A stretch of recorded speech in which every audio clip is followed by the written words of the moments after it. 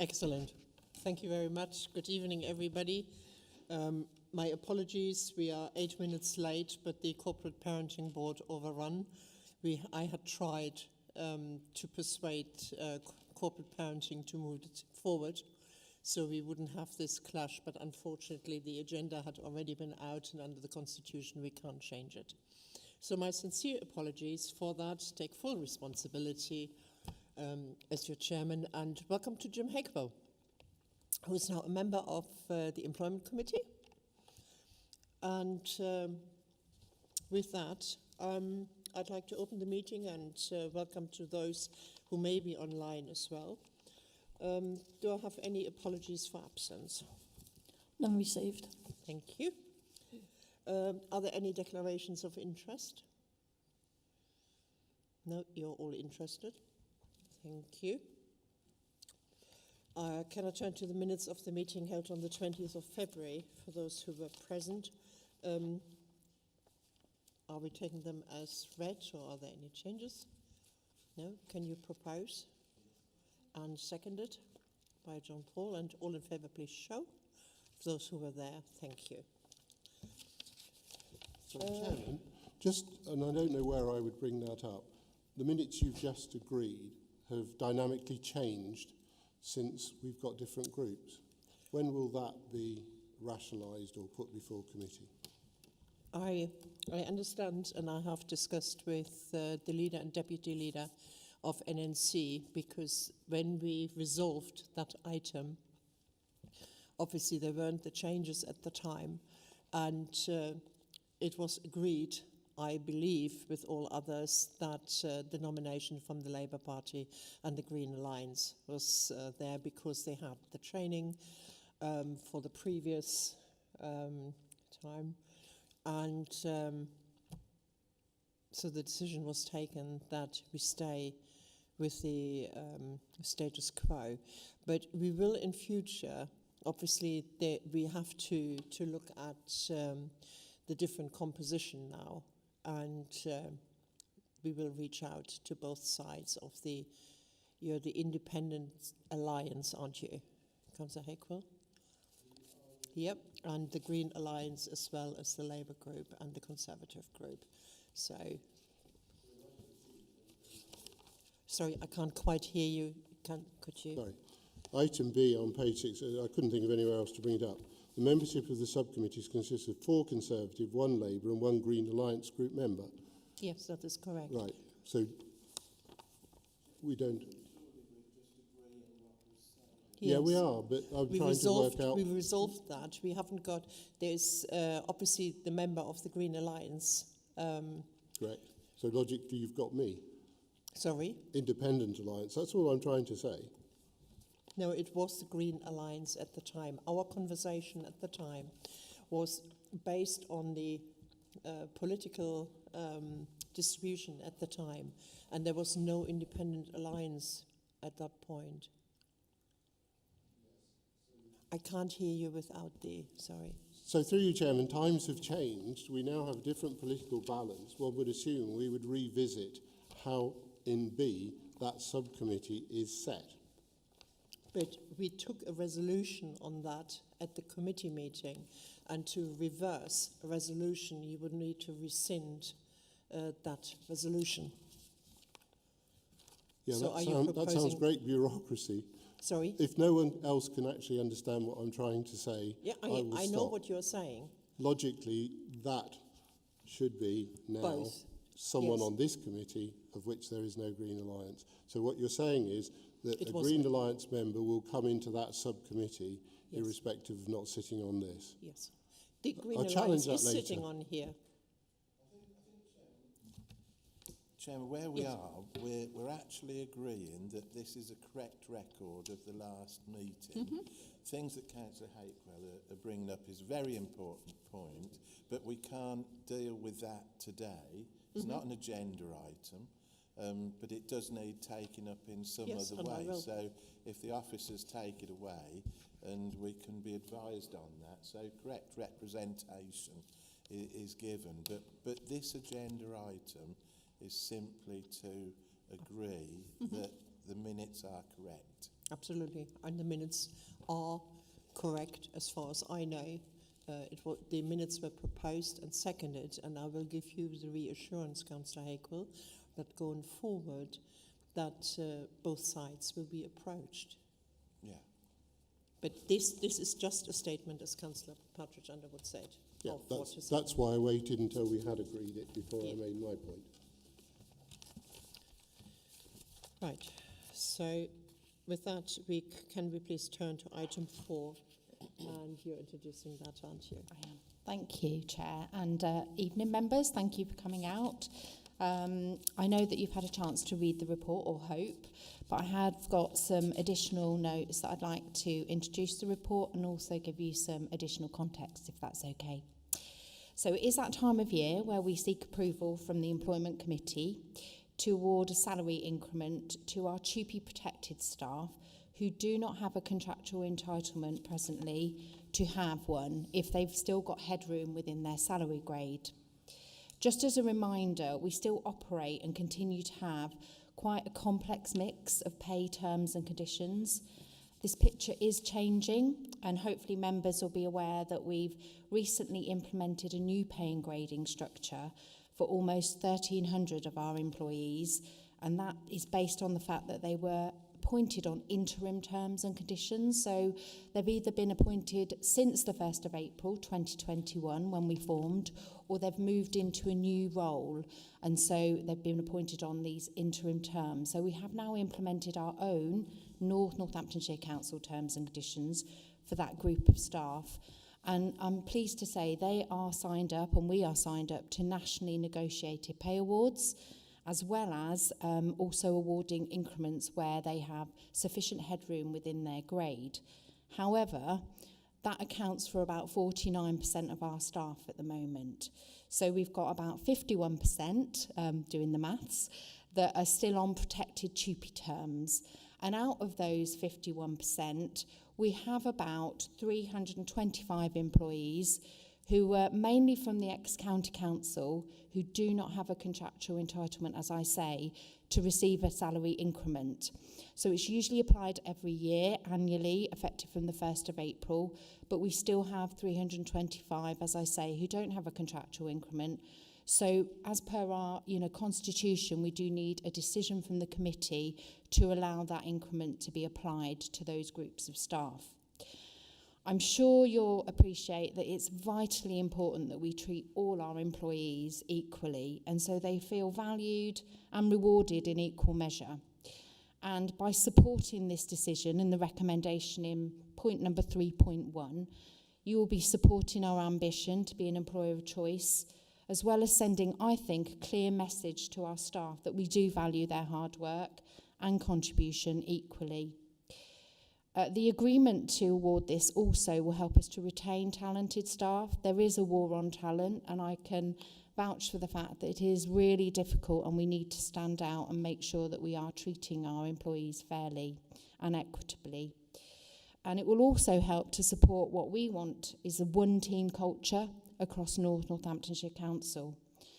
The total cost of agreeing it today, as detailed in the report in the financial section, is £261,000, and that's for the 325 members of staff that currently won't receive that increment unless we make the decision today. I think that does come as value for money, because the average incremental pay award for those staff is around £800. So, and that's already been budgeted for. So we have put aside in our pay contingency pot and in our budget for 2024-25, we've got appropriate budget to pay that. Longer term, hopefully you'll be aware that the leader and the chief exec have made a commitment to allow those individuals who are on TUPE protected terms and conditions to voluntarily request to come across to our new North Northamptonshire pay terms and conditions, especially where it's more favourable. And we're just working up the timeline and the implementation plan for that. So longer term, hopefully, they will then move on to those new terms, and we won't have a requirement to ask to award increments as we do currently. So in the meantime, we are seeking that agreement, and I'd like to just refer back to the recommendation in section 3.1 of the report, and I'm more than happy to take any questions. Thank you very much, Marie. Do members have any questions? Councillor McCulloch. Thank you, Chair. Very pleasing to see what looks like a standardisation of pay scales. However, on point 2.4 on page 10, to support the Council's ambition to become an employer of choice, fairness across the organisation, etc., and then going on to page 11 and 5.3, it says that whilst the new grade will provide the Council set of terms and conditions, it will not automatically follow that all employees will move immediately to these new terms and conditions. And it will take some time. I was wondering how long it could perhaps take. Yeah, it's a good question, and we can't, if that's okay, Chair, through you, we can't automatically or arbitrarily put everyone onto those new terms, because for some it won't be as favourable. So we do have a large proportion, though, as you say, that won't automatically move across, and they will be able to volunteer to move across. So it's their decision. We're just mapping that out. We would hope that we would do that within the next financial year, so before the next financial year is up. In fact, we're working on just finalising some appeals for the current pay and grading, the 1,300 employees, and then we will move on to prioritising areas where particularly, potentially, we've got lots of people in multiple roles where, you know, it will clearly be difficult if they were to leave and we were to recruit. So within the next financial year, I don't know, Helen, if I can pass to my colleague who's working up that plan, if you have a more detailed answer, please. Thank you. Thank you. As Marie said, we're currently working up that plan and a proposed approach to implementing voluntary move across for GP employees should they wish. It needs to be done in a logical way and in a fair way as well. There's a lot of underpinning work that would need to be done in the same way that there has been job evaluation for roles for people on interim terms. Then for those employees, whilst some will be in roles that have been evaluated, there is a reasonably significant piece of work to do to then evaluate those remaining roles in order to be able to give people information about the outcomes should they wish to assimilate across. Without that information, they can't make an informed choice, and it's important that employers have that opportunity to make an informed choice about what their current package of terms and conditions looks like versus the new opportunity, so that they can then make that choice. But as Marie says, the timescales we're working to, and that we would hope to, and that the plan will support, would be in the next financial year. But obviously, that's subject to decisions. Thank you very much. Oops. Are there any? Did you want to come back on something?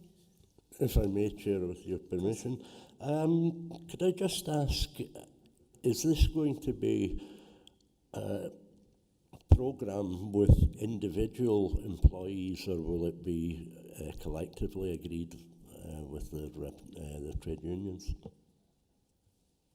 It will definitely be in consultation and working closely with trade unions, who we've been working with to implement the 1,300 employees so far, and we've worked really closely with our trade union colleagues. So it will definitely be with those in a joint project. It's a huge step forward. Councillor O'Hara. Thanks, Chair. Just going back to what you say, Marie, if I may, when you're looking at role evaluation, how can it work in terms of being able to assimilate across? Because I'm thinking of some of the roles that some of our staff undertake.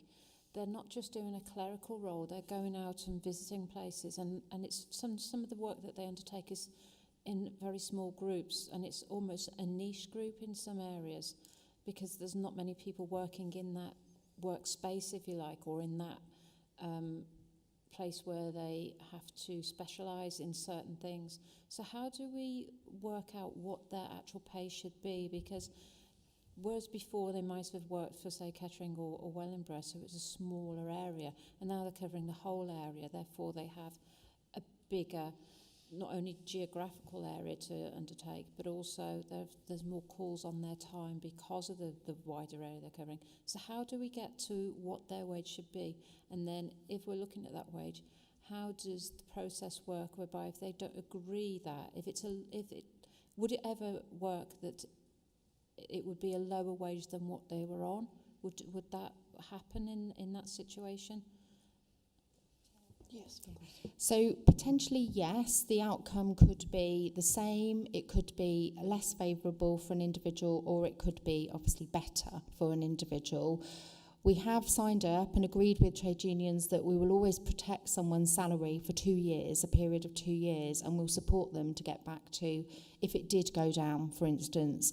And just going back to your question about how do we evaluate that, there's a multitude of things we use to determine the value of a job. So not just the job description, because what's written on people's job descriptions, I'm sure you'll appreciate, never really reflects what people do. But we also have, conversations with the line manager. The line manager talks to the individual to make sure that that job reflection fully reflects what, and we update that. We also have a job evaluation tool which supports and it pulls out the key factors of jobs so that we're making sure we've got a consistent evaluation technique across the whole organisation from top to bottom, and that we've valued those jobs in hierarchy, and they're obviously relative to each other. Because if we were ever faced with an equal pay claim, we would need to be able to robustly defend how do we arrive at that salary for that job. So we use a multitude of things, and absolutely at the very end, if that individual feels that that job outcome is wrong, they have a right to appeal as well. So they also have another set step in the process to address that and to put forward if there's things missing from the job description. There shouldn't be, but if there is at that stage when they've had an outcome, and then that can then ultimately change the outcome if, pending an appeal. So we always give them a right to appeal, and there's lots of different steps along the way around consistency checking across to other roles that are similarly titled but might not be doing the same thing. So it's quite a robust, which is why it's quite time consuming. It's taken us this long to implement it for, almost half our workforce. So as Helen says, we'll be doing the same for those individuals that want to volunteer to come across, and making sure that we properly evaluate their job so they can make a conscious decision based on all the facts that we can present to them. Thank you. Has that answered your... Are there any other questions from anybody? Councillor Hakewell. Thank you. Excuse me. Why would someone voluntarily go to worse terms? They probably won't, which is why it's a it's a voluntary decision. They look at what would be on offer and the new terms, but they have the right to stay on their protected TUPE terms if it's not as favourable. So I'll just come back if I may.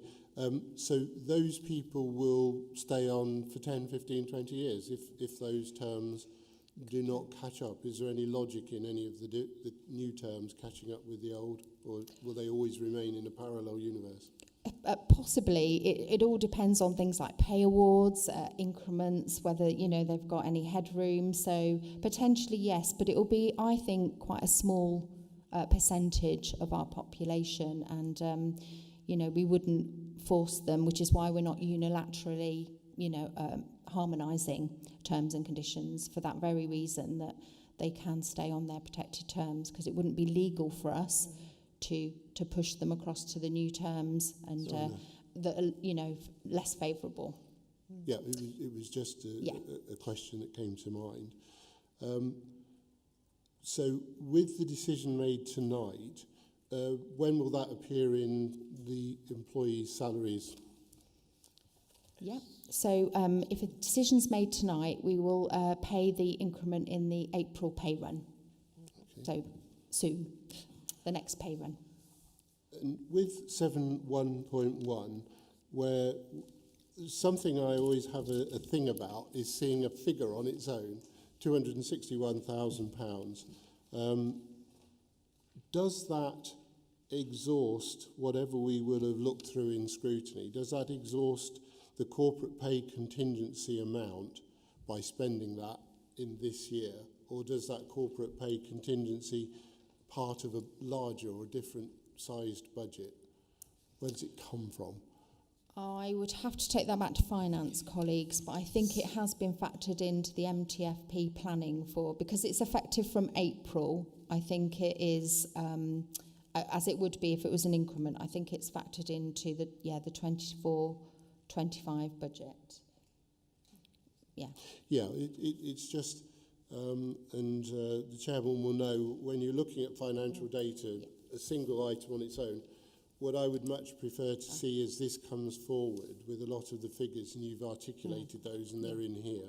But 1,300 interim, 49, 51, 325, all of that data I would much prefer to see in what you might call a medium-term personnel plan as opposed to financial, which shows how this money is coming from the budget, going out to our staff, and I totally accept the crisis that nationally we're in terms of recruitment.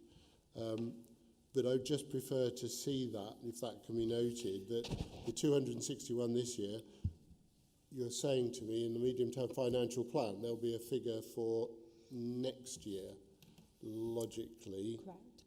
Because we have to annually, if I'm understanding it, approve that cadre of people to go when they're on local terms. The other last point, so I'd just like that, if someone takes note, let's have a plan that says we're working down this route, and as new people come in and people change up, excuse me. So the other aspect of that is where someone doesn't have headroom. So that means they're on old terms, they don't have any headroom, they effectively freeze at that point.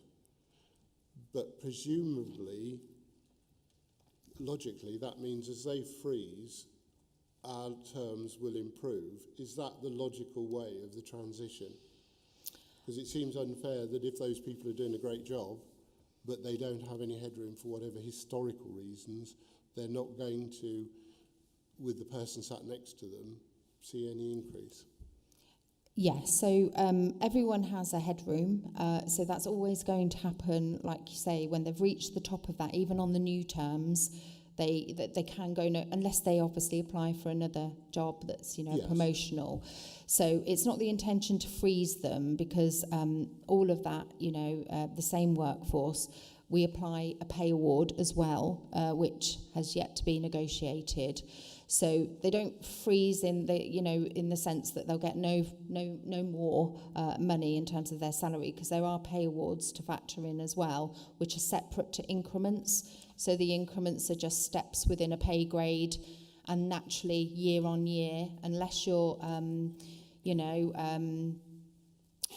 moving to a different job, you will move up that increment until you get to the top of the headroom, and that's exactly the same with our new pay structure as well. So yes, and even some of those individuals who have been assimilated across to our brand new pay terms and conditions, because of the nature of where their salary was before, they are pretty near the top of their headroom potentially. So, at some point, our workforce will obviously meet their headroom. So yeah, they freeze in the sense that they won't have any more steps to move across, but obviously there are pay awards, which is the inflationary pay award that would have to be factored in to their pay. So just to properly understand that, if someone has been in a job for many years, they like that job, Yes. that's where their Yes. comfort is and their work life and every other balance is, they get to the top of that area, they get the 2.5%, 3%, whatever is nationally awarded by the unions. What I'm trying to say there is that someone coming in new, doing exactly the same job on our terms, starts at the bottom of a scale or in part of a scale, and will continue to rise up, whilst the person on the local term stays where they are. is there any, you know, if you see what I mean, that means there's quite a diversity between two people sitting next to each other doing the same job. So my question there is, and it is clear in 3.1, not currently at the top of their grade, how will we as a caring employer seek to recognise that gap? What is there within our employment processes to assist that? Or will that person just end up not getting as much paid as the person next to them?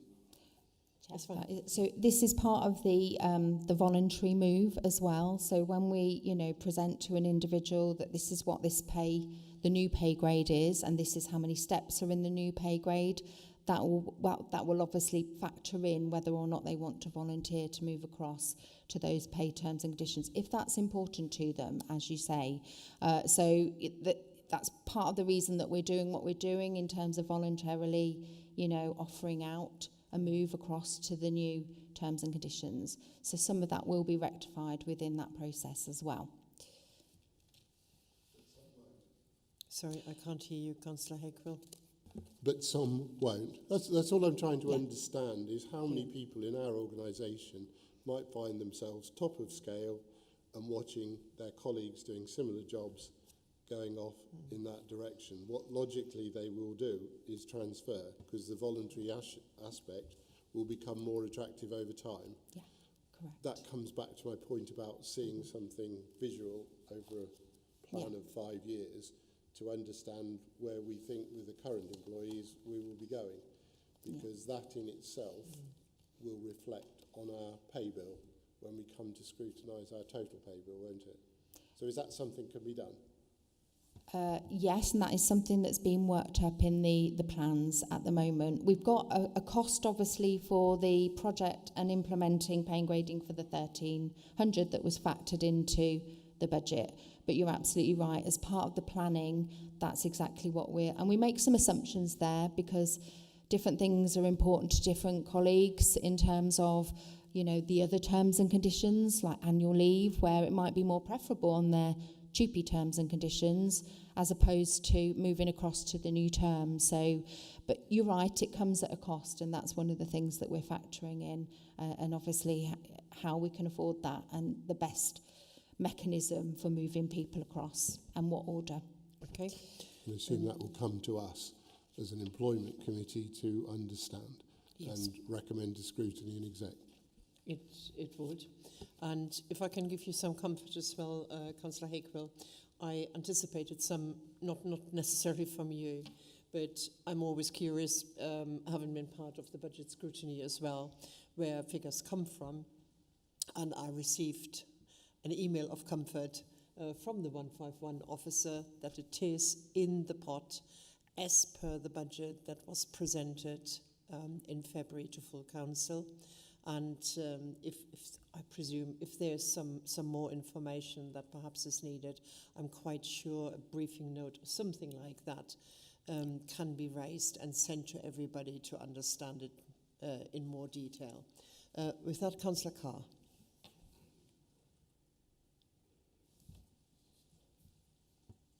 There we go. Thank you. Thank you very much. I'm just happy to propose, Madam Chairman. In actual fact, Councillor Hakewill asked a couple of questions that I was going to ask, so, yeah. Excellent. Two great minds think alike then. No, I'll second that, John.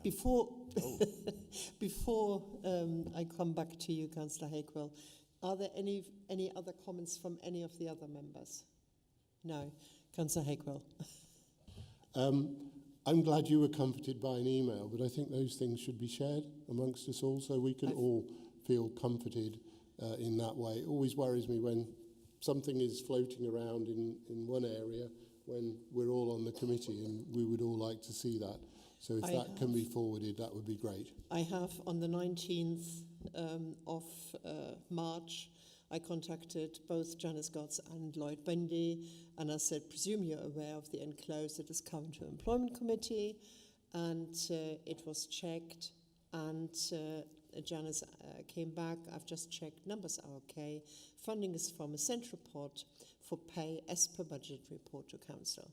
That for me, I trust our 151 officer, very sad that she's decided to go, but and I have no issues with that.